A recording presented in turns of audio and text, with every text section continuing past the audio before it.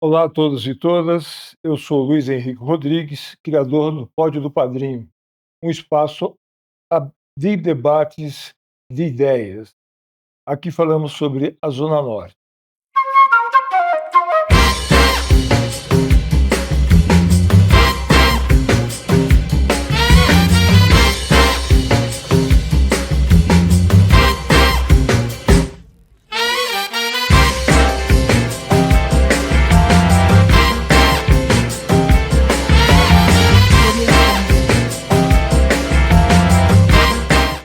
O Pódio do Padrinho está nas redes sociais, Instagram, Facebook, TikTok e YouTube.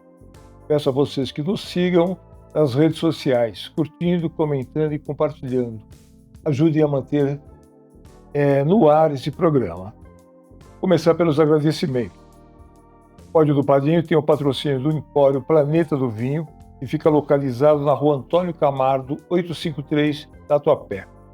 É em seu estúdio de podcast que gravamos esse programa. Obrigado ao Irã, Dani e toda a sua equipe pelo apoio cultural. A produção de imagens e edição está a cargo do videomaker Ale Machado, da produtora de vídeos Almas do Brasil, um parceiro de sempre. A produção e direção do Pódio do Padrinho está sob responsabilidade de Jade Barbosa. Hoje o nosso tema é religiões de matriz africana, direito à cidade e respeito nas políticas públicas. E os nossos convidados são Paulo César Oliveira, sociólogo, cientista político, coordenador do Movimento Cidadania Axé e assessor do gabinete do vereador Danilo do Posto de Saúde. Nosso outro convidado é o babalorixá professor Silvio de Oxumaré, professor de História, pedagogo, especialista em cultura afro-brasileira e africana, do Axé Muritiba, família Ejon Lá. Nosso outro convidado é Cosme Félix, jornalista, fundador do jornal Umbanda de Candomblé, revista Tribuna Afro-Brasileira, fundador da Ordem das Entidades Afro-Brasileira, Ebome do Orixá Omulu. Primeiramente, agradeço a vocês todos pelo convite e a gente vai começar esse debate sobre essas questões da religião africana e o direito à cidade. Eu vou fazer a primeira pergunta para vocês, vocês podem se apresentar, mas a primeira pergunta para vocês vai ser um tema que para nós é crucial. Quais são os principais desafios enfrentados pelas religiões de matriz africana no acesso a políticas públicas como educação, saúde, transporte, meio ambiente, e como esses desafios se relacionam com questões históricas de racismo e discriminação religiosa no Brasil? Ok. Pode começar pelo Paulo César. Bom, primeiro agradecer aqui o podcast do Padrinho, é a segunda vez que eu venho aqui, um espaço de aprendizado político, né, e de luta social e também de convivência comunitária. Então agradecer também aqui meus companheiros de debate, professor Silvio de Oxumaré e o Cosme, jornalista Cosme Félix, companheiros aqui do Movimento Cidadania Axé, que é um movimento social e político que luta em defesa da diversidade religiosa e combate a intolerância religiosa e o racismo religioso, não só na cidade de São Paulo, mas hoje um debate que está se estendendo para o âmbito nacional. Com relação à pergunta, Luiz, a grande luta do Cidadania Axé, e ele surge justamente com esse propósito, que você tem um segmento religioso, vários segmentos, e um deles aqui, que é o que nós estamos falando, é o segmento afro-religioso. São pessoas que vivem na cidade, que trabalham na cidade, estudam na cidade, pagam impostos, enfim, e que deveria ter o direito a acesso a todas as políticas públicas de forma equitativa, mas isso não acontece. Por exemplo, na área da educação, a gente ainda tem uma luta muito grande para combater o racismo infantil, o racismo religioso infantil. Tá aqui tanto o Cosme quanto o pai Silvio que pode trazer exemplos dessa questão. Embora a gente tenha uma resolução do CONANDA, que a resolução CONANDA é o Conselho Nacional dos Direitos da Criança e do Adolescente, resolução 181 do CONANDA, que ela diz que comunidades de terreiro está equiparado a povos, comunidades tradicionais, né? E essas comunidades, elas têm um caráter cultural que deve se sobrepor às exigências da lei, naquilo que é mais rigoroso do ponto de vista da legislação. Então, a legislação tem a sua importância, mas ela não se sobrepõe a aspectos da cultura. E a gente ainda tem uma situação muito grande no estado de São Paulo, e na cidade de São Paulo ainda aparecem situações assim também de crianças que sofrem racismo religioso, porque a criança, ou ela, por ela não está indo às aulas, porque está recolhida para cumprir exigências da religião, ou então quando ela vai vestida, ela tem ainda que ir vestida de branco, né? E geralmente há um certo desrespeito com relação a isso. Na área da saúde, e aí também os nossos amigos aqui, tanto o Cosme quanto o Silvio, pai Silvio, pode também trazer mais detalhes. Na área da saúde também encontramos essa dificuldade. Na hora que um filho de santo ou uma filha de santo precisa de um acolhimento espiritual, estando ela em atendimento de saúde, ela tem mais dificuldade de receber o amparo da sua liderança religiosa, né, do que de outras religiões, do que, por exemplo, uma pessoa que é evangélica, ou que é católica, ou de outras religiões, né? Na área do meio ambiente, né, do que a gente vai falar de políticas públicas, falando de meio ambiente aqui, enquanto equipamentos, por exemplo, os parques, né? Do verde no meio ambiente.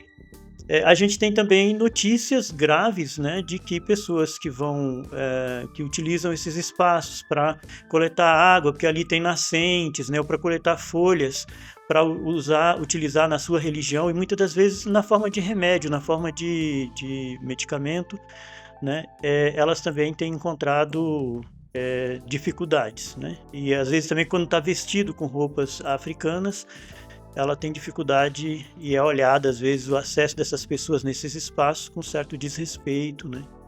Então, isso também traz um problema grande. E na área do transporte, especialmente o transporte por aplicativo, a gente tem até recentemente aí uma notícia do STF que considerou a reclamação de uma pessoa que teve a sua viagem cancelada por motivo de intolerância religiosa, né? Então, a política pública deveria garantir a equidade dos acessos, mas isso não tem acontecido e a gente precisa trazer esse movimento para chamar a atenção do poder público, porque a cidade só pode existir garantindo a diversidade, só pode ser uma cidade humanizada se ela garantir a diversidade. O melhor dos momentos a todos que estão nos assistindo. Eu sou babalorixá e professor. E essa questão, eu já vejo que hoje tem esses problemas, mas esses problemas já vêm de séculos. Desde que o europeu resolveu roer a África, justificar a escravidão como um ponto mercantilista, um ponto de mercadoria, e que isso não foi reparado durante séculos e séculos e séculos. O negro subsaariano foi vítima, sequestrado, forçado a ter outra fé, forçado a esquecer sua família, esquecer a sua terra natal, mas ele resistiu com muita garra, com muita dificuldade para chegar aos dias de hoje. Esse racismo religioso vem estruturado desde a época da escravidão. A Lei Áurea simplesmente jogou os escravizados à sua própria sorte. Não houve política pública nenhuma em relação à inclusão desse povo. Esse povo caiu na marginalidade. O que contribuiu para chegar aos dias de hoje, essa dificuldade, esse preconceito, a falta de conhecimento em relação a tudo isso. Porque a nossa sociedade brasileira, paulista, carioca, ela foi se aculturou junto com o africano, junto com o indígena, e o europeu teve essa contribuição. Desde a sala, da cozinha, do quintal, tudo isso teve colaboração de todos. E isso não foi reparado. No começo do século XX, fim do século XIX, século XX, começou a ter uma imigração de europeus pobres para o Brasil, para branquear o Brasil. O preconceito já vem aí, para branquear. A cultura eugenista veio trazer isso aí. Eles tinham a ideia de 100 anos branquear o Brasil. Esse pessoal pobre de lá veio fugido de guerra, perseguição e da pobreza. Mas chegando aqui tinham pensões esperando eles, tinham um acolhimento para ir para fazendas, para agricultura, para tudo isso. E os ex-escravos não tiveram nada disso. Receberam terras. Então, os europeus receberam terras. E o pessoal. Até o começo do século XX, o homem negro não poderia ter terra no nome dele. Não podia. Para diferenciar ele de uma pessoa pobre comum, era o sapato. Não podia usar sapato. Então isso já vem dentro, entranhado. Né? Não existe racismo no Brasil? Será? É velado, mas existe essa dificuldade. E por isso que chegamos nesse ponto hoje, com todo esse preconceito. Essa coisa aí de ter medo. O próprio povo tem receio de botar um branco na sexta-feira, que é uma tradição que já acostumou. É uma tradição muçulmana, mas agregou na nossa cultura da Bahia, principalmente do candomblé, esse costume. O próprio povo tem esse receio. Muçulmano africano também, né? Porque também é africano, mas tem outro, tem outro costume de ser. E isso também é uma coisa que precisa tirar dúvidas através da educação. Nada disso estaria desse jeito se as pessoas tivessem conhecimento da cultura, dos costumes, e isso ia trazer respeito.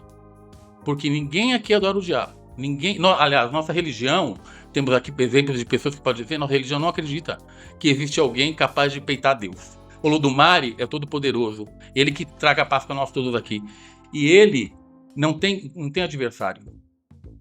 Nós temos a nossa consciência, nosso livre-arbítrio, para formar nosso destino, nossa história. E essa cultura que aprendemos, porque a religião do candomblé, que tem origem na Bahia, certo? Tem origem na Bahia, como Xangô em Pernambuco, como Bacuê no norte, como Terecô no Maranhão, são religiões de matriz africana, junto com os indígenas. Os povos que chegaram aqui primeiro foram os congolenses e angolanos, que se misturaram com a mesma situação do índio, que foi o primeiro escravo, né? Foi o primeiro escravo, se misturaram com ele, trocaram informações, se aculturaram e resistiram para chegar até hoje. E a Lei 10.639, 11.645, ela tem que sair da gaveta, ela existe, não precisa mais fazer mais lei. Com isso, ela precisa ser aplicada, ela precisa ser realmente estar nas escolas, ela precisa ser realmente agir, ela precisa acontecer para que as pessoas conheçam e tenham essa noção de que nós somos um povo miscigenado. Muito bom isso, mas também a dor custa, né? A miscigenação foi forçada, foi fruto de estrupos, de um monte de outras coisas que a gente pode contestar, mas que nos formou de certa forma. Então, essa dificuldade toda aí já vem de muito tempo. Esse reparo tem que ser feito devagarinho, mas constante. E o povo se conscientizar. Não entrar na consciência e mudar a consciência de ninguém, mas o povo ter respeito, acreditar que nós não somos nem raça negra, nem raça branca, nós somos a raça humana. Nós somos homo sapiens, certo? Todos vieram, né? O primeiro fóssil mais antigo foi encontrado na época da Pangeia, na África, né? Não é isso? Então, esse cuidado, esse conhecimento que devemos ter. Né? Realmente tem isso. Os espaços da cidade, como eu disse, o pessoal tem receio, porque pode ser brecado. A nossa religião, uma religião animista, a gente cultua a natureza, nós respeitamos a natureza é importante para nós todos. A água que você comentou, que a gente pega, a gente usa a água, a gente usa a folha como meio medicinal, a gente usa a folha como uma energia da divindade. Nós respeitamos até o galho da árvore, que existe um deusinho lá sagrado. Deus está ali, Deus está aqui nesse momento, Deus está na minha saliva, nessa água, em tudo isso aqui. Então, nós não somos obra maligna, nós somos uma resistência que chegou até hoje e precisa lutar para mais respeito e se organizar, né? Para isso aí. A política tem que estar no meio, nós precisamos ter essa força.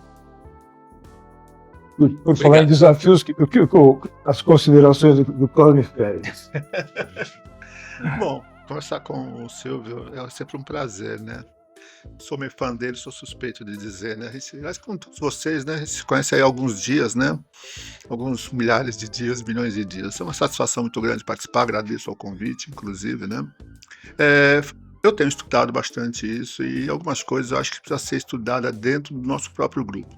Eu costumo dizer que quem nos divide somos nós mesmos, não são os outros. Porque a partir do momento que nós, os afrodescendentes, somos a maioria da população, nós poderemos estar no poder. Mas é óbvio, como o pai Silvio falou, existe toda uma política para fazer com que nós não sejamos assim, mas também existem pessoas como essas que estão aqui nessa mesa procurando trazer e conscientizar essas pessoas da necessidade da união. As pessoas esquecem, por exemplo, que o que é a Europa? Você pergunta para eles o que é a Europa, né? A Europa hoje, aqueles prédios maravilhosos, todos foram construídos pelos mouros. Quem são os mouros, professor? Os muçulmanos. Os africanos São do os norte da africanos, África. né? Eu costumo dizer, de vez em quando eu vou dar um pulinho lá naquele continente, tem alguns amigos pelo mundo, eu falo para eles assim, quem ensinou isso para vocês fomos nós que ensinamos isso para vocês. E é um fato, né? Por causa que eu queira que seja assim ou não. Porque eu também tenho uma miscigenação europeia, como todos nós, os negros, somos por razões diversas, né? Agora, o fato é que Umbanda e Candomblé, né? Então, existem algumas coisas que são ditas, escritas e patrocinadas e que acabam, emborrecendo as pessoas. Por exemplo, vou falar da Umbanda. Né? Umbanda, né? Porque o Banto ele não fala Umbanda, né? Ele fala Umbanda. É uma língua Banto, que como o pai Silvio falou aqui agora há pouco, professor Silvio, né? É o primeiro povo que aporta no continente, né? Que é trazido, escravizado, mas é o primeiro porto, e ele traz a Umbanda, a nossa língua primária africana é a Banto, a Umbundo, né? E aí a gente já começa por aí. Aí um dia alguém foi lá, até lamento porque é um grande amigo, né, um parlamentar, e declarou que o dia da Umbanda era dia lá de Zélio de Moraes, que foi uma pessoa, um espírita, um kardecista maravilhoso, fez um trabalho maravilhoso, mas nunca criou a Umbanda. A Umbanda já estava aí. Foi mais uma forma de preconceito que está escrita em vários livros aí, né? Umbanda, professor Zélio de Moraes, inclusive no próprio texto de Zélio de Moraes, né? Nos textos escritos por ele, né? Que foi psicografado e que pessoas reproduziram, tem um momento em que ele conta, ele estava numa mesa como essa que nós estamos aqui, e uma mesa branca, né? Aquela coisa, e aí quando ele manifesta um espírito, aí o mestre lá pergunta, quem é o senhor? Né? Ele fala assim, se quiserem me dar um nome, que me chamem de Caboclo da Sete Encruzilhada. Isso quer dizer o quê? Para um bom entendedor português. Esse não é meu nome, se quiser me dar um nome, chame esse. Esse é um dos fatores. Há outros fatores que afirma bem, que a Umbanda já estava aqui, que aquilo não era uma fundação da Umbanda, que ele fala, a partir de agora não haverá mais sacrifício, que eles chamam de a emulação de sacrifício, eles chamam de sacrifício, e nem tambores, e todos se vestiram em roupas coloridas. Quem tem a minha idade, mais ou menos, né? Não que eu tenha a idade, assim, o Silvio é muito mais velho do que ele, pode confirmar isso, né? Mas se lembra, eu me lembro quando chegou essa Umbanda em São Paulo, eu sou de um terreiro que ele assim tem algum tempo, né? Tem mais ou menos 40 anos, né? Da onde eu sou origem do terreiro de Umbanda, né? Eu nasci na Umbanda, me criei na Umbanda, depois fui iniciar-me no Candomblé. Também tenho mais de 40 anos no Candomblé, mas sempre com um olhar estudioso, né? Eu sou muito observador, mas com respeito, inclusive, aos outros, né? Aí eles trouxeram, eles falavam assim, agora chegou uma Umbanda aí, que não tem mais os terreiros, né? As coisas são diferentes, que era a Umbanda de Zélio de Moraes, né? E assim, isso foi se propagando. Então, qual que é a minha observação em relação a toda a nossa religião? Porque senão, é lógico que a fala seria muito extensiva e não podemos tomar tanto tempo, com todo respeito. É a gente se unir de fato. Nós temos 1000 federações, 1000 instituições, 1000 entidades e não se une. Esse é o grande problema. Desafia o outro, não faz. Então o problema não está lá. Que inclusive foi a estratégia utilizada pelos africanos, pelos europeus, para dividir os africanos. Ela continua servindo hoje. Aí eu faço só uma lembrança para as pessoas que estão aqui presentes. Vocês se lembram da festa do Ogum no Ibirapuera? Tamanho que era aquela festa? Ao mesmo tempo, Pedro Furlan fazia uma festa em Osasco, da mesma proporção. Isso. O Cássio Lopes Ribeiro depois começou a fazer também. Tudo aconteceu ao mesmo tempo. Você já foi nas festas de Ogum hoje? Aí, é só para terminar, porque senão, como eu digo, eu sou bem extensivo. A população do Brasil, de 1980 para cá, obviamente já teve um crescimento significativo. A religiosidade matriarcana teve uma diminuição imensurável. Eu sou dessa religião, não vim pelo amor nem pela dor, eu sempre frequentei ela, sempre estive dentro dela e me iniciei dentro dela. E eu observo, com esse olhar observador. Quem ia na festa de Iemanjá na Praia Grande? Quem já foi aqui na festa de Iemanjá na Praia Grande? Alguém aqui já foi? Vocês lembram, há 30 anos atrás, a festa de Iemanjá na Praia Grande? Vocês foram hoje? Então, o que aconteceu? O que aconteceu?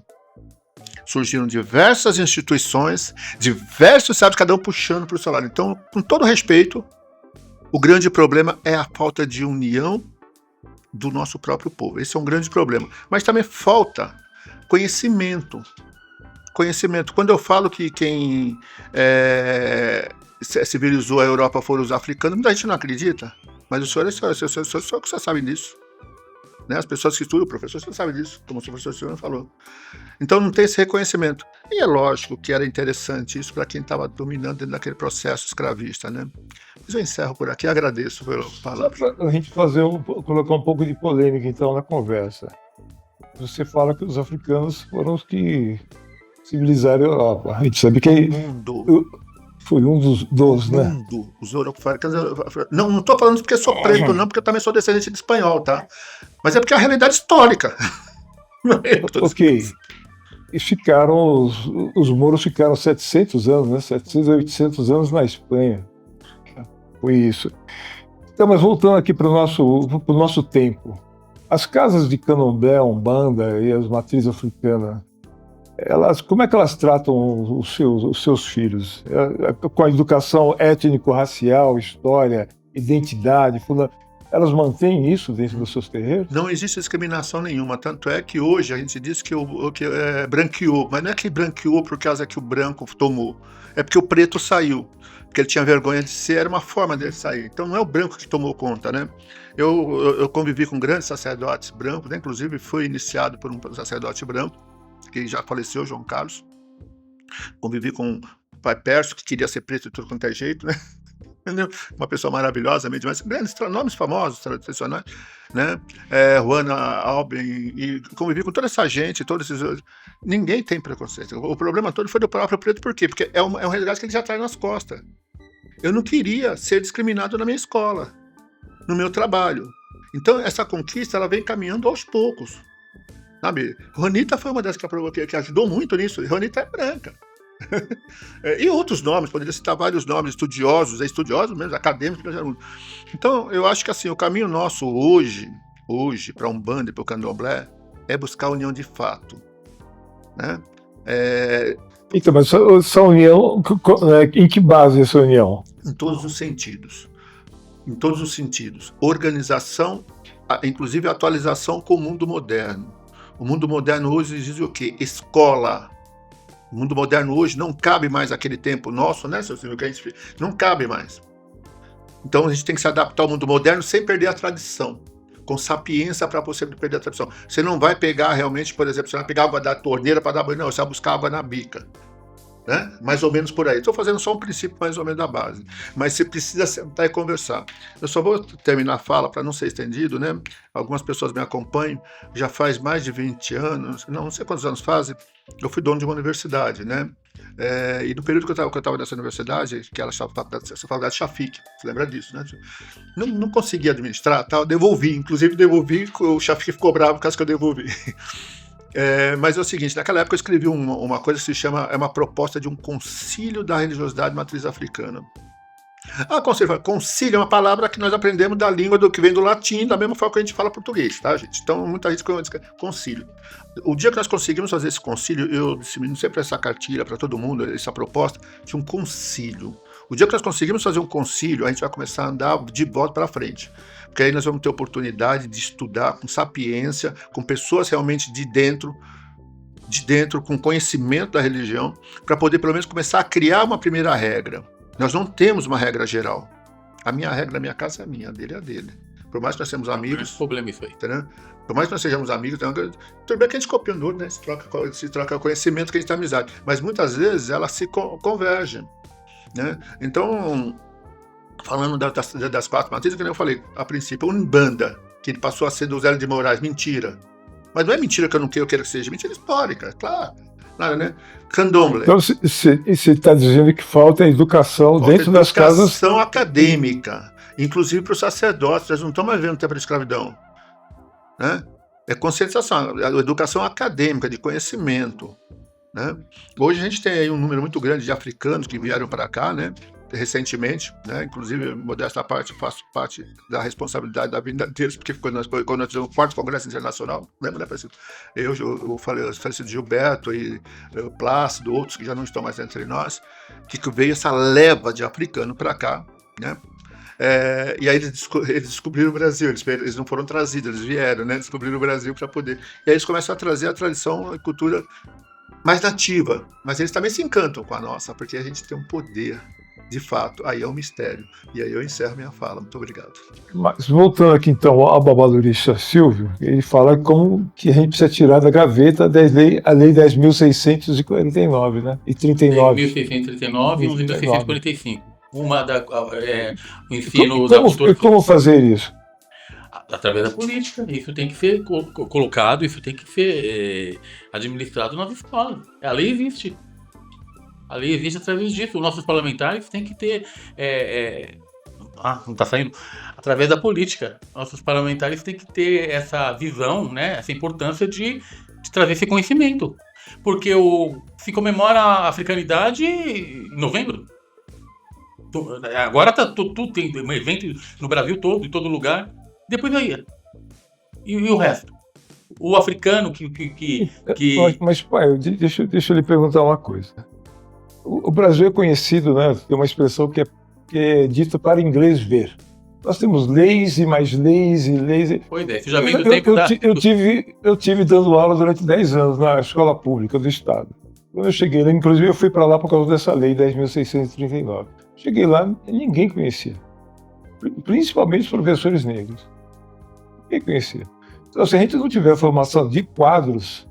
A docente, né, tem que ter. Se não tiver formação de quadro, essa lei ela vai ficar engavetada há mais 2 séculos. Existe. Porque, como o Cláudio falou, se a gente não tiver uma formação acadêmica para entender o que foi a África lá do Sheik Anta Diop, o que é o Egito Negro, o Kemet, tá? Os mouros na Europa, como é que a gente vai colocar essa lei aqui dentro de uma escola pública?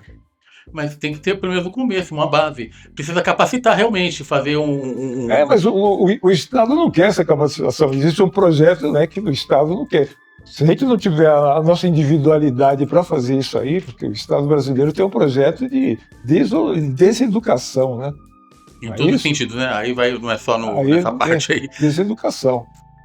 Então, acho que os nossos terreiros, né, a religião de matriz africana, deveriam ser nossos quilombos, né, onde a gente vai aprender. Os quadros têm que sair desses lugares, né? Porque se esperar esse governo que nós temos, essa política que nós temos, a gente vai ficar. Não é o governo, absolutamente. O problema é a política nesse sentido. É a política. Mas o que é o resultado da política? Tem uma opinião sobre isso, Luiz.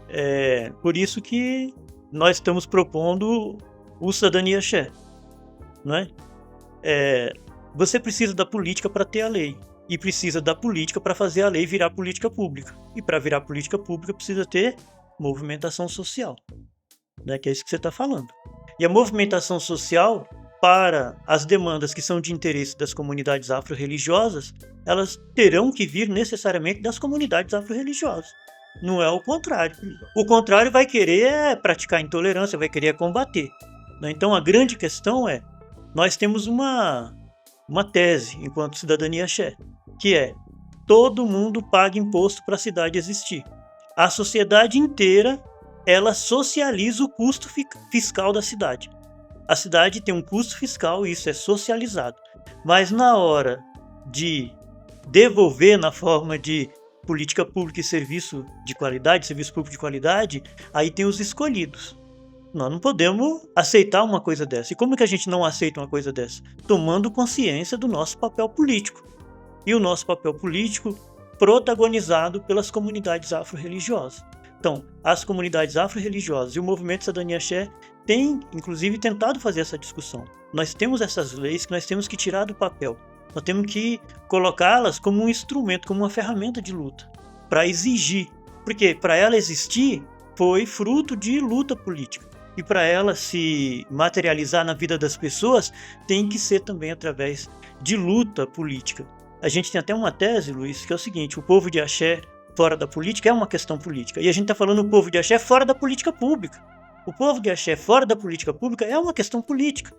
E a gente tem que debater isso no campo da política, pressionando as nossas autoridades públicas, levando a elas, mas também indo lá para o chão, né, do cotidiano, nas escolas, nas comunidades. Pra gente Os poder, terreiros, né? Os terreiros têm principalmente, né? Para a gente poder dizer, olha, se a gente não levantar a nossa bandeira de luta e a gente não levantar isso como um estandarte e correr atrás, eles não vão dar isso de graça para a gente. Ao contrário, eu tenho feito um estudo e apresento uma tese que chega a ser até extremamente perigosa, talvez, né?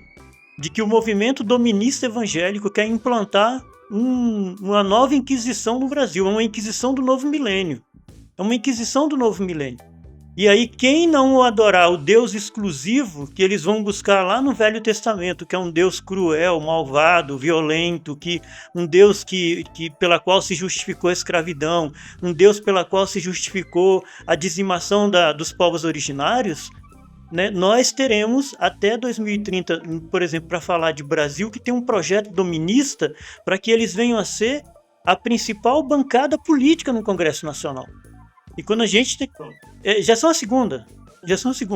E não estamos falando aqui de excluir, de exterminar. Estamos falando que assim, precisamos chamar atenção para isso, porque isso é questão política. E nós temos que existir politicamente. Por isso nós temos que ter um agradecimento muito grande para os poucos políticos que abrem espaço, pelo menos para a gente expressar, pelo menos para dar esse apoio institucional, que é o caso, por exemplo, que a gente tem hoje na Câmara Municipal de São Paulo com o vereador Danilo. Pelo menos dar essa escuta, dar esse lugar para falar assim, não, vem aqui, fala aí a sua tese, fala aí as suas questões, né? Então, a gente está falando aqui de o direito à cidade, né, Luiz? E as políticas públicas, né? Então, nesse sentido, é isso. Qual é o pressuposto? Organização política. A gente precisa organizar politicamente o nosso povo e o povo organizado vai ajudar a organizar a sociedade, né? Aí o Félix tem razão, porque o Félix traz uma questão que é fundamental, que é uma tese antiga, né, Félix? Precisamos estudar para entender para mobilizar e mobilizar para mudar. Então, e às vezes a gente só estuda e não entende. Às vezes entende e não mobiliza. E aí não mobilizando não muda. E aí a gente volta ao mesmo lugar, né? Só fazendo uma observação. Primeiramente, eu tenho escrito muito sobre isso. Somos todos cristãos evangélicos. Umbandista, candomblessista. Aí o candomblessista fala assim, eu não sou. Eu falo, senhor caboclo quando chega em terra, qual a primeira palavra para Silvio? Caboclo quando chega em terra? Louvado seja nosso Senhor Jesus Cristo. E o que todo mundo responde? Assim seja louvado. Tá, eu poderia continuar mais ainda, mas vamos dar Umbanda lá, puxar para Umbanda, já falei do caminho. O preto velho chega e fala o quê? A mesma coisa. Então nós somos cristãos. Não existe um terreiro de Umbanda. Eu tenho lá meu congá, que tem mais de 50 anos, né? Não que eu tenha tanta idade, mas é mais velho do que eu, né? Mas tem muito mais de 50 anos. A imagem principal dentro do congá, dentro do terreiro de Umbanda, né? Que é o congá que a gente chama, que é onde a gente coloca as nossas imagens. A principal é um Jesus Cristo. Só que existe uma diferença muito grande do Jesus Cristo que nós colocamos lá dos outros. Qual que é? Ele não está crucificado, ele está sobre o mundo. Então, se qualquer um for numa loja de Umbanda pedir um Oxalá, né, que é a imagem de Jesus Cristo, né, que é o similar a Jesus Cristo, ele está sobre o mundo de braços abertos. Nós tiramos ele da cruz. Então as pessoas não percebem isso. Eu falo, vocês são cristãos. Esse grupo neo-evangélico, porque é muito importante que se aprenda a língua portuguesa e se aplique ela no seu dia a dia, porque são novos evangélicos. Eles chegaram agora, inclusive, né? Não se esquecendo que Martinho Lutero, ele morre chorando por causa que ele não queria dividir a igreja, ele só queria consertar, tá certo, professor? Pessoal? Então, entendeu? Então as pessoas, por isso onde eu digo, precisa conhecimento, gente. As pessoas ter conhecimento, principalmente o sacerdócio. E os templos, você precisa ocupar um tempo do templo, além da parte religiosa que nós temos, da parte fundamental, para também tratar disso dentro dos próprios templos. E aí vem a terceira coisa que eu termino. É a união. Não somos um povo unido. Somos um povo que disputamos todo dia espaço do nosso pequeno espaço e vamos reduzindo cada vez mais. Então, eu acho assim, tem que ter coragem para falar, de repente, né? Mas também tem que ter coragem para ouvir e tentar mudar, né? Para nós voltarmos, não que nós queremos ser a maior religião do mundo, mas queremos voltar a ser pelo menos o nível que nós éramos, com a responsabilidade que nós tínhamos, a grandeza que nós tínhamos, né? Nós temos um histórico que é maravilhoso, assim, junto aos grandes empresários, aos grandes políticos. Nós temos um histórico maravilhoso, a nossa participação foi muito grande sempre, até porque nós somos a maioria da população brasileira.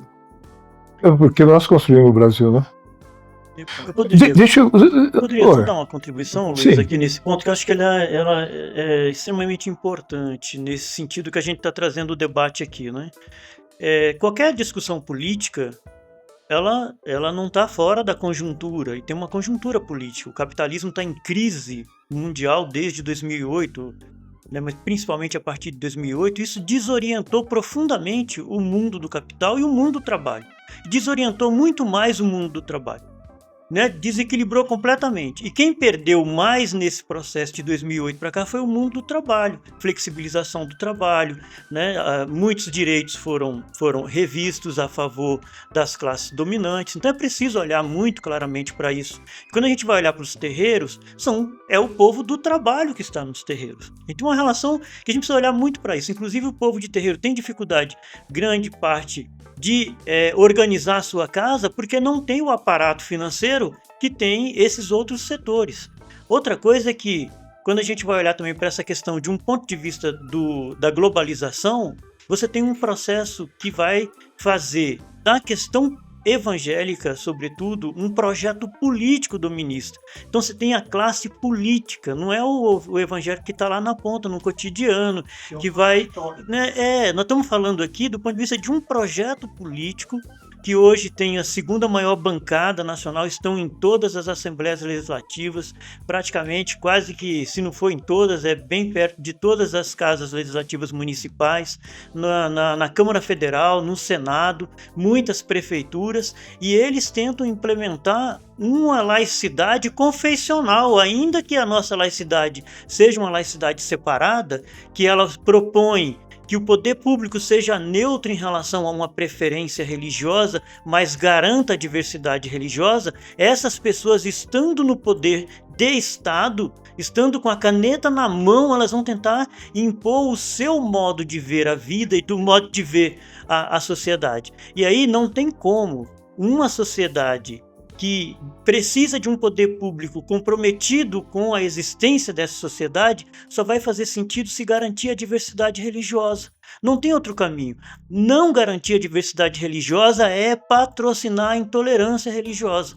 E atrás disso vem o quê? Na sequência disso vem o quê? Violência religiosa, racismo religioso. Aí a gente volta de Terrorismo, novo. né? Religioso. Terrorismo religioso. E aí você vai, né, chegando, acho que o Luiz fala bastante desse termo, né? Que você chega, quando o cara invade um terreiro, agride as pessoas. É uma forma de... Mata. É uma forma de... A mãe Gilda que o diga, né? Em janeiro nós vamos fazer a caminhada. Né, a caminhada pela paz interreligiosa. Dia 21 de janeiro é o Dia Mundial das Religiões e é o Dia Nacional de Combate à Intolerância Religiosa, em memória do que aconteceu com a mãe Gilda, né, que foi assassinada brutalmente por questão de violência religiosa, de terrorismo religioso, como o Luiz trouxe aqui. Só seguindo esse raciocínio, o povo de santo é suscetível a mudanças em seus cultos? Isso significa querer ser aceito pelo sistema eurocêntrico? Então, o secretismo acabou fazendo isso, de certa forma. Muita coisa se mudou, a aculturação existiu das várias etnias, certo? Se construiu a religião afrodescendente nesse sentido, né? Que não existe aqui no Brasil um culto puro de tal divindade de tal região. Porque na África é muito regional, né? Cada cidade tem um culto, um deus próprio, e para você ter o favor de outro, você vai migrar. E a imigração, o sequestro dos africanos para cá, acabaram se misturando, se aculturando.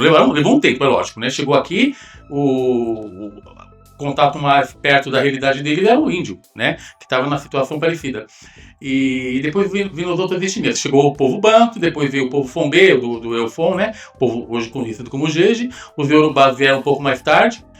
Não numa situação privilegiada, o povo fala, mas era um pouco mais folgado, mais perto de algumas leis que a Inglaterra, né, na época, a potência praticamente obrigou a acabar com o tráfico, e leis para inglês ver nessa época.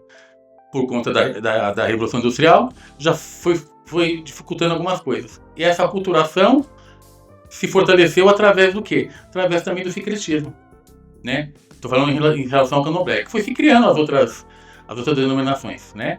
Então, Mas A a questão gente continua hoje querendo ser eurocêntrico? muita gente, isso é complicado o É pessoal inevitável você não ser eurocêntrico. É inevitável. Não tem como. foi muito forçado isso aqui, muito forte isso aqui na situação. O pessoal busca resgatar alguma coisa do africano que vem aqui a ver o mercantilismo, sempre o capitalismo que você falou, né? O dinheiro atrai, o pessoal vende a sua verdade ou o seu jeito, e as pessoas acabam transformando a religião que era de um jeito para outro por conta da vaidade, por isso que essa união acaba não acontecendo do jeito que deveria ser, né? Acho que nem união, Cosme, e vocês, acho que a organização para tal. No seu terreiro você pode enrolar o seu alcaçar do jeito que você quiser. Um gosta de fazer triângulo, outro gosta de fazer pirâmide, outro gosta de fazer na pia, você entendeu? Mas é o alcaçar, não muda isso. Mas seu jeito, você tem seu jeito. E a gente não pode interferir nesse sentido. Mas as pessoas, elas não têm aquela vontade aquela humildade de poder realmente dar a mão, aprender com você e aprender com o outro. Eles não têm isso, é muito difícil isso aqui, né? É por conta dessa separação mesmo que já foi feita lá atrás. Ele colocou inimigos, tribos inimigas junto com o outro para eles se degradarem. Se aculturou e tudo, mas foi difícil, né? Esse processo histórico é que trouxe o pessoal para essa realidade que nós vivemos hoje, é complicado. A gente tem a revolta dos malês, isso acabou alertando as autoridades de que reunião de homens, muitos homens juntos, isso dá problema. Por isso que o matriarcado foi favorecido a esse ponto, você entendeu? O matriarcado surgiu, inverteu a situação. Os sacerdotes africanos eram os homens, certo?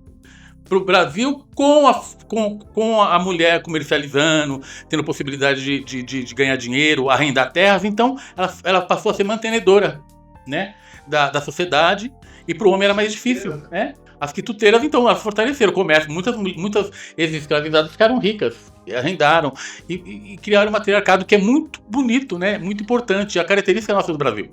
Certo? E tanto é que a vestimenta baiana é europeia. Assim, tinha aquela roupa, as mulheres vão voltar. É diferente da santeria cubana. Santeria cubana, o pessoal não tem essa... Eles vão para um festival lá, vestido lá. Por exemplo, eu vou pro festival de Oxum lá, eu vou de amarelo. As mulheres botam vestido amarelo, calça amarela, camisa amarela, e vão para lá, e se manifestam ali. Se criou de outra forma. A matriz africana também, mas tem outro costume. A realidade geográfica de cada lugar, da cultura do espaço, né? Isso fez. Mas aí que tá. Aquela aproximação com o seu colonizador. O vestimento, a roupa, lembra isso, né? Os homens, antigamente, eles iam de terno. O pessoal, os homens de terno, gravata, tipo, parecendo um doutor europeu. Olha, Luiz, queria propor aqui na fala do pai Silvio uma coisa interessante. Eu vou falar muito do cidadania axé, viu, gente? Porque, né? Como é que o cidadania axé se orienta? Ele se orienta por 3 eixos. O eixo da cultura é o fundamental, é o primeiro. Aliás, é 3C, né? Cultura, cidade e cidadania. São os 3 eixos que orientam conceitualmente o cidadania axé. Você pega, por exemplo, essa questão do matriarcado. Eu não sou especialista nessa matéria, mas vamos falar desse ponto de vista, né? Ela está dentro das condições históricas, né? Ou seja, a condição histórica, condição materialista no sentido marxista do termo, né? As condições reais da vida ali acontecendo fez com que no Brasil, né, fortalecesse, por exemplo, o candomblé com uma perspectiva que, aliás, traz uma grande lição para a luta política, que é ainda, cadê o lugar da mulher, especialmente da mulher preta, da mulher periférica, cadê o lugar dessas pessoas na sociedade, porque elas têm um papel lá que é de trabalhar até morrer e só, né? Mas cadê o lugar delas na política, nos espaços de poder, nas empresas, por exemplo, ocupando cargos e recebendo salários iguais aos homens que estejam realizando o mesmo trabalho que elas? A gente não vê isso, né? Então você tem aí também uma luta política muito grande. O cidadania axé, eu acho que ele traz essa questão que tem várias diferenças do ponto de vista litúrgico, mas nós estamos discutindo uma questão pontual, social, que foi o seguinte, que a gente iniciou a nossa conversa aqui. Para quem é monoteísta, exclusivista, quem não é macumbeiro. Né? Então, assim, e aí, se você é macumbeiro, você não deve ter, para esse pensamento, você não pode ter lugar na cidade. Você tem que trabalhar, você tem que pagar imposto, mas usufruir dos benefícios da cidade, ser reconhecido e ter o seu pertencimento reconhecido na cidade, não, para você que não é, então, monoteísta, não pode. O Cidadania Axé vem para fazer uma outra luta, que é para dizer, olha, se todo mundo paga imposto, então que essa cidade devolva para as pessoas a possibilidade delas realizarem a sua subjetividade. O outro eixo que a gente trabalha é o da cidade, porque a pessoa vive na cidade. Então a pessoa paga imposto para a cidade, está exigindo que a cidade devolva a ela o seu pertencimento e o seu direito de ter a crença e realizar a sua subjetividade da melhor forma possível. E o terceiro eixo, pode ver que um emenda com o outro, é a cidadania. Ou seja, sem cidadania não tem garantias e direitos. E o Luiz tocou em um ponto que é importante. Você pegar a cidade de São Paulo, deve ter hoje mais de 16 mil leis. Só que pela lei, se a sociedade não estiver mobilizada para exigir que a lei aconteça na vida das pessoas, o que vai acontecer? A gente vai ter a lei para alguns e para outros essa lei não vai chegar. Então, assim, o movimento ele tem um desafio muito grande, que o Luiz trouxe logo no começo aqui, Luiz, que é como que a gente transforma esse discurso em um discurso de pedagogia social e de sociologia da cidade. A gente precisa trazer essas duas discussões. Uma pedagogia social, ter um novo jeito, uma outra forma de falar essas coisas, porque tem vocabulário que já está cansado, que ninguém, né, que não atrai mais a audiência das pessoas, e a gente precisa também olhar para uma nova sociologia da cidade. Aproveitando que hoje é o dia do sociólogo, então... Isso, parabéns para você. Parabéns para você, inclusive. Cosme Félix. Eu gostaria de lembrar que nós temos, quando se fala, por exemplo, da questão étnica, né, pretos, brancos e tal, o candomblé sempre abraçou a todos, né? Nós tivemos aqui um grande sacerdote, um grande conhecedor da tradição africana, que era um japonês, Pedro Japonês. Foi um sábio enorme, né? Nós tivemos aí José de Cossardes, Nina Rodrigues, Pierre Verger, mais conhecido, e poderia citar diversos nomes que eu conheço que são brancos, e brancos dedicados. Então, eu acho que a civilização mundial, ela caminha nesse processo também de equacionar essa diferença, coisa que tinha já não tem mais. Né? Então, eu citei aqui, por exemplo, a presença do asiático, né? o originário da terra, né? É óbvio, não tem como, né? Mas é a relação dele com o cristianismo europeu. Então, o que falta é os líderes, né, se organizarem e se unirem. Nós somos um país muito grande, com um número muito grande não só populacional, mas também da diversidade. E que falta a quem tome conta, porque o pai de santo, não é todo pai de santo que tem a coragem que nem o Silvio. O Silvio é pai de santo, mas ele também é um acadêmico. Mas muitas vezes falta para ele ficar dentro da religião, mas ele precisa ir lá ganhar o pão, né? Então, para poder se melhorar, se adaptar cada vez mais. Então, a diferença nossa é porque um padre, quando se forma, né, quando ele se torna padre, ele passa por todo um processo de formação para garantir, quando ele chegar lá, para depois chegar ao bispo, ele poder tomar conta desse povo. Por isso a massa cresceu. O neo-evangélico, que surge depois, como eu falo sempre, eu gosto muito de falar do... Como é que é o nome dele? É o pentecostal. É o neo-evangélico. É o neo-evangélico. Todos eles são novos evangélicos. É o pentecostalismo. Né? Todos eles são novos. Eles surgem, eles vêm em busca de uma questão econômica, inclusive. É uma estratégia econômica, de poder. E eles conseguiram isso. Por quê? Porque nós não tínhamos a mesma... A gente tinha vergonha de ganhar dinheiro, ter vergonha de dizer... Nós começamos a mudar isso recentemente. Tanto é que o nosso tempo se chama roça até hoje. Né? Então a gente começa a mudar. Acostumou. Então falta... De novo eu digo, primeiramente é a organização interna, a união de fato. Se você pegar ele e fazer um levantamento, Paulo, sabe quantas federações e associações existem no Brasil? Aí quando você pega e coloca esse povo na rua, você não consegue colocar 5 mil pessoas. Mas são federações que não tem federado. Não, mas acontece, mas porque faz uma divisão, faz uma repartimento, entendeu? No Brasil. Tem a diretoria, mas não tem a base. Então falta essa consciência política, falta essa consciência política. Nós temos que nos organizar de fato. Segundo, né? Eu observo muito porque assim, tem uma certa penetração forte dentro da religião. Existem muitos falsos sacerdotes dentro do nosso meio também, né? Muita gente que não é, né? Existe muita gente que não é. Todos os setores da sociedade têm seus charlatões, né? Sim, mas esses nossos charlatões, eles conseguem espaços. Eles correm atrás de espaços. É mais fácil. Ninguém. Porque você chega na casa... O nosso povo é muito humilde. Nosso povo é muito humilde. Né? Então a gente precisa deixar dessa humildade. A gente tem que voltar de novo com aquela coisa... Você está falando da autoestima também?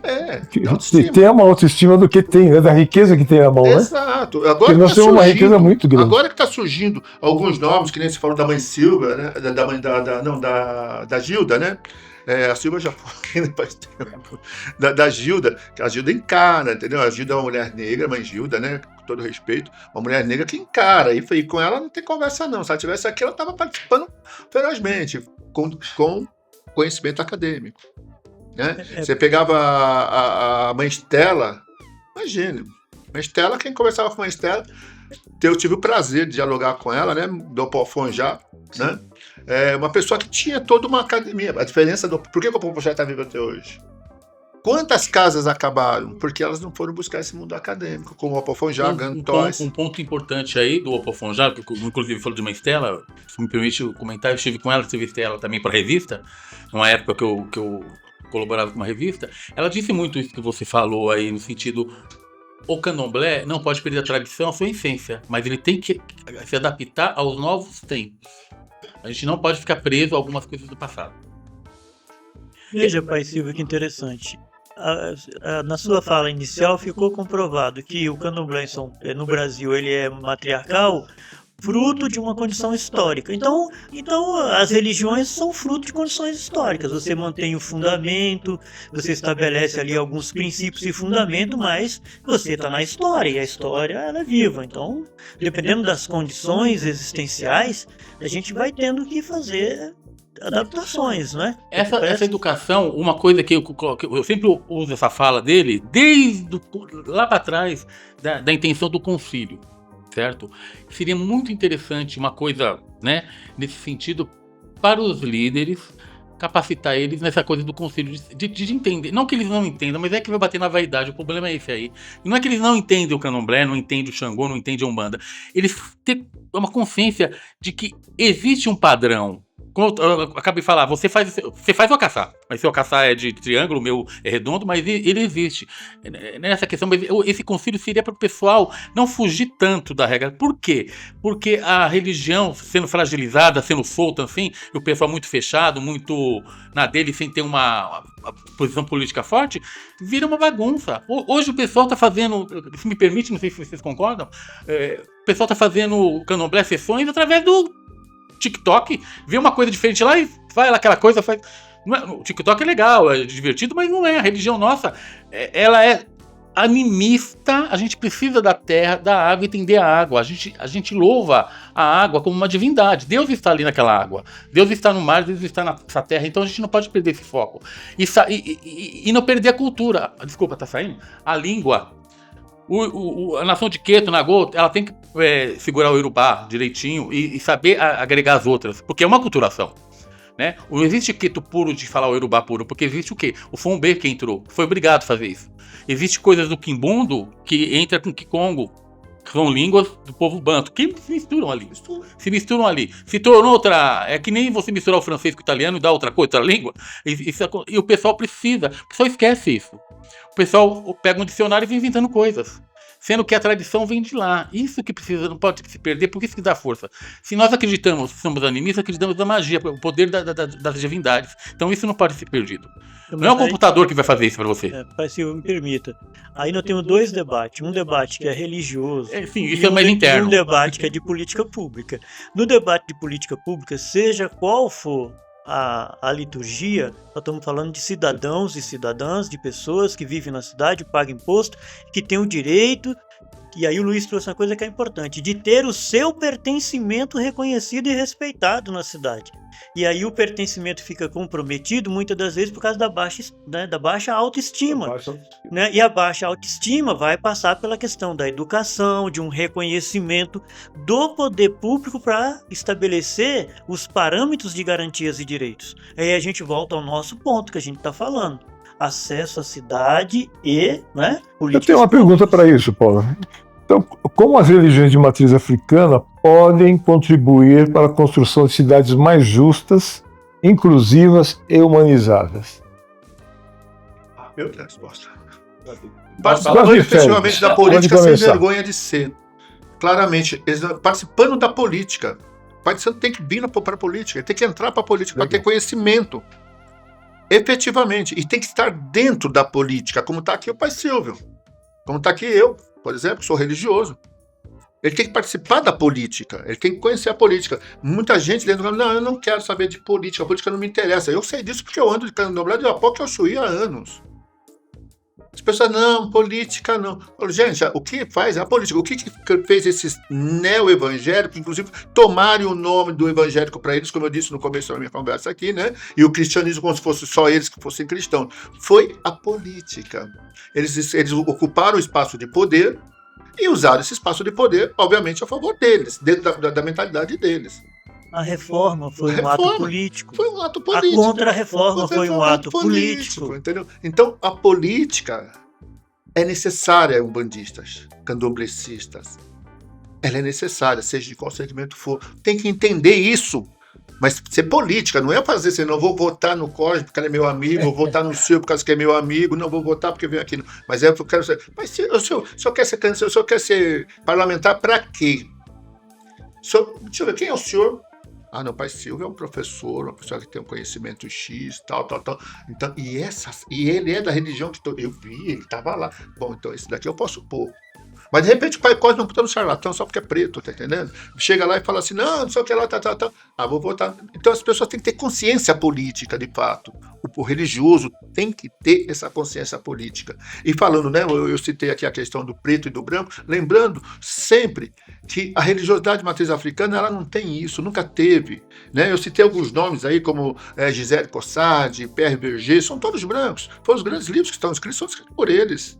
Inclusive, é lógico, eles tinham condições econômicas para poder fazer as pesquisas. Condição histórica. Mas também teve áreas que eles poderiam também fazer outro tipo de pesquisa com outro olhar. Né? Sim. Inclusive o Fatumbi, né? Ele é o Fatumbi Verger. O Fatumbi é um nome que ele recebeu dos africanos, né? E o Jobá no Apofonjá. Então a gente tem isso, né? Quer dizer, assim, sem querer ser fanático dentro da minha própria tradição, olha a energia, a força que ela tem, que ela segura até hoje. O nosso povo ainda está aí. Então, gente, vamos acordar.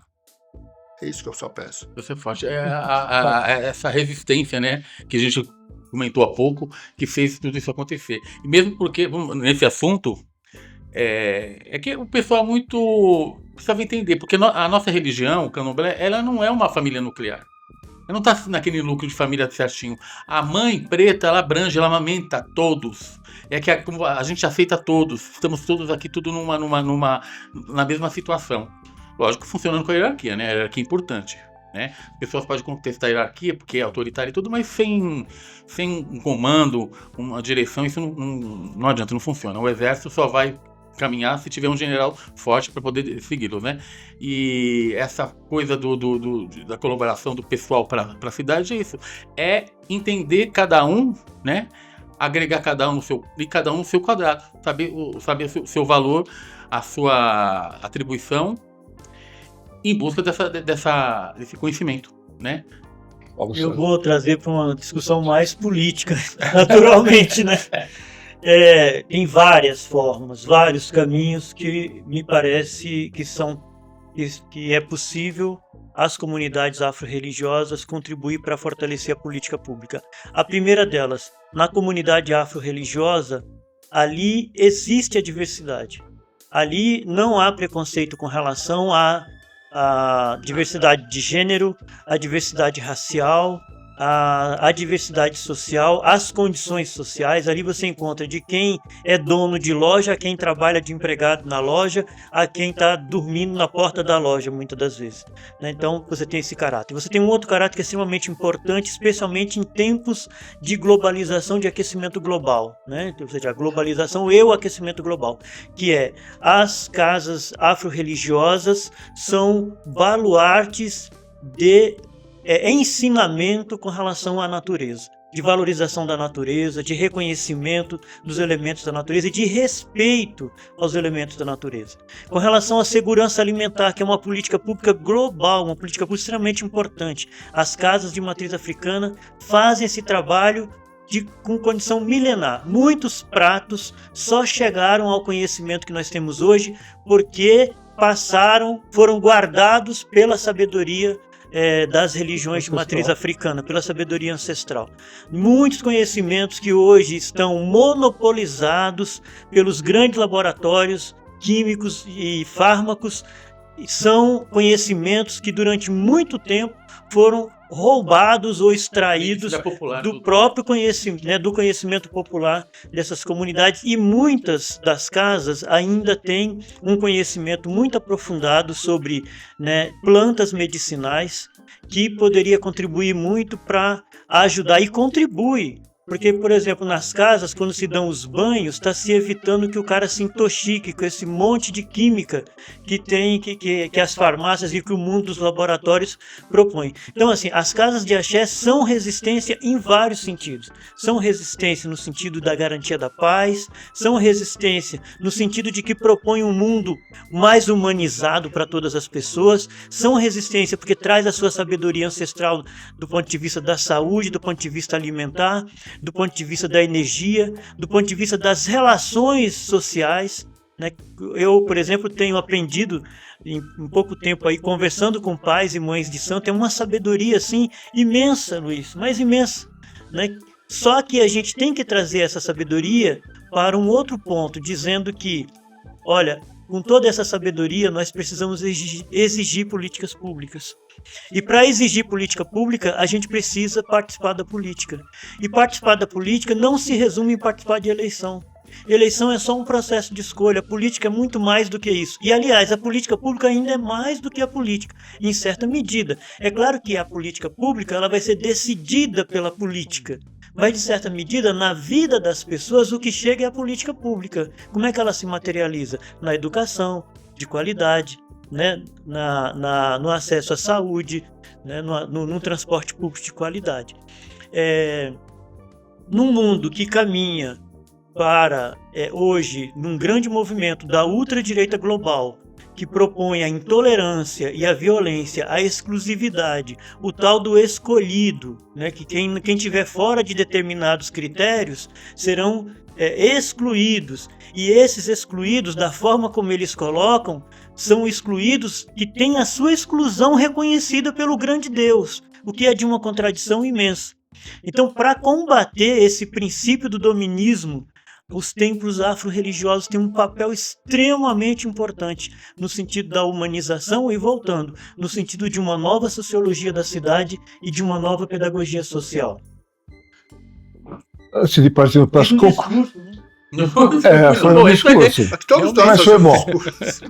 Antes de partir para a conclusão final, eu quero agradecer novamente ao Irã, do Empório Planeta do Vinho. Inclusive, ele mandou um brinde que os nossos convidados vão receber ao final do programa. Então, eu gostaria de começar a conclusão final. Cosme Félix, eu podia começar. Bom, primeiramente eu quero agradecer a oportunidade da gente estar aqui, né? Muito feliz, até porque estou com amigos, irmãos, assim, tanto aqui como lá. Isso é muito bom, a gente está se reencontrando e tratando de um assunto muito sério e realmente chamando muito a atenção dos nossos ouvintes, quem está nos vendo, assistindo, para que preste atenção na política. A política é necessária, mas a política, como nós estamos falando aqui, de forma comprometida e consciente do que está acontecendo. Nós vamos continuar existindo, mas nós dependemos também da participação de cada um de vocês.